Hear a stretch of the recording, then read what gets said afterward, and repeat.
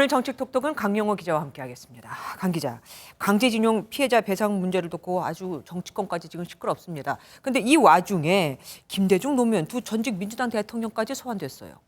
네, 강제징용 피해자 배상안을 두고 여야 간 공방이 뜨거운데 국민의힘에서 김대중 노무현 두 전직 민주당 대통령이 소환됐습니다.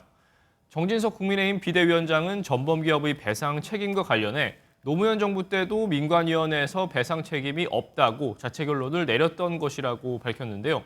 하태경 국민의힘 의원 역시 이번 해법을 두고 김대중식 대일 햇볕 정책이라고 평가하기도 했습니다.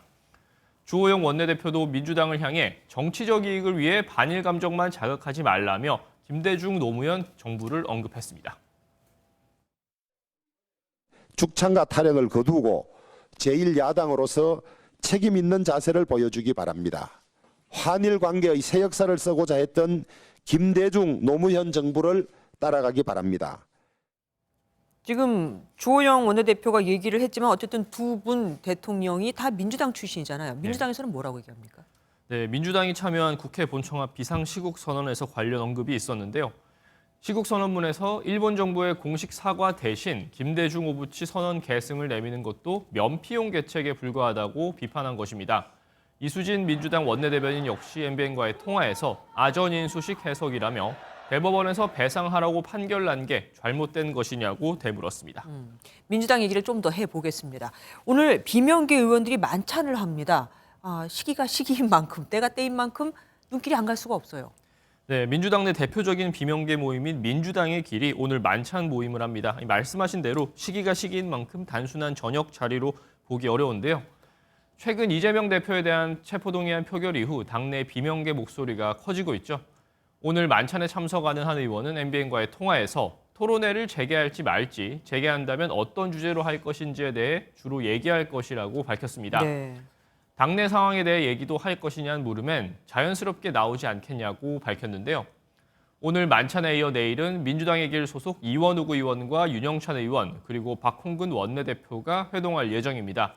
체포동의안 표결 이후 지도부가 당내 소통을 강화하겠다고 밝힌 상황에서 어떤 얘기가 오갈지 주목됩니다. 당 내분이 심각한 만큼 아무래도 주의를 또 다른 곳으로 돌리고도 싶을 겁니다. 민주당의 대여 공세 그래서 더 강해지고 있는데 한동훈 장관한테 서면 질의서를 보냈다고요?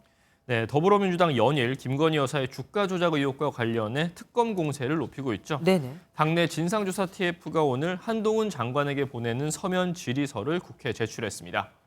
TF는 질의서에서 특검 도입의 필요성에 대한 한 장관의 입장을 물은 것은 물론 김건희 여사에 대한 서면 조사는 몇 차례 진행했는지 등을 물었습니다.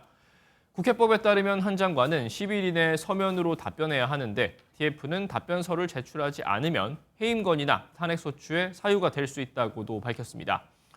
오늘 이은주 정의당 원내대표가 김건희 특검법 발의에 착수하겠다고 밝혔는데요. 그간 특검에 미온적이었던 정의당마저 특검 도입에 찬성으로 선회하면서 민주당의 공세가 더욱 힘을 받을 전망입니다. 한 장관의 답변이 나오면은 그것도 보도해 주십시오. 지금까지 강영호 기자와 함께했습니다. 안녕하세요, 김주하입니다. 공정하고 신속한 MBN 뉴스 유튜브를 통해서도 만나보실 수 있습니다. 특히 더 많은 뉴스와 라이브를 보고 싶으시다면 오른쪽을 눌러서 구독하시면 됩니다. 어렵지 않죠?